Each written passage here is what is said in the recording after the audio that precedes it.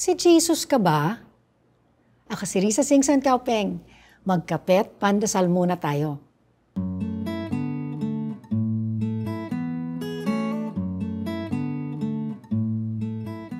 Last November, American actor Jonathan Roumie, who plays Jesus in the highly successful series The Chosen, came to Manila.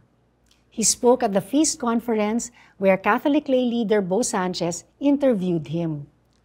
8 taon daw siyang naghirap sa Los Angeles upang maging full-time na artista.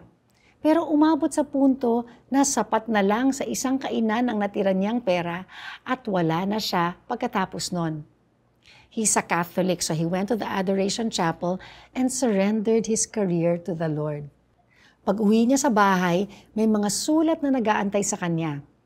Ang laman ng mga sulat na yon ay mga tseke na hindi niya inaasahan mula sa mga nakalipas na trabahong nagawa niya. Klaro kay Jonathan Roumie na mula sa Panginoon yun.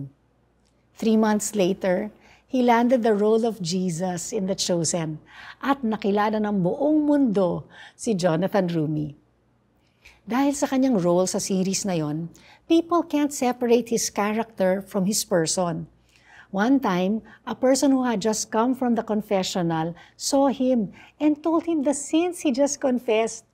Pinaalala ni Jonathan na hindi siya pare at dapat niyang iwanan ang kanyang kasalanan sa confessional kung saan siya pinatawad ng Diyos sa pamamagitan ng pare.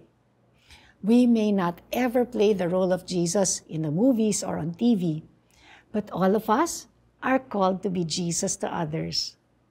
Naway makita ng iba si Kristo sa ating kilos at gawa. Let's pray. Jesus, may I shine your light for others to see you in me. Amen.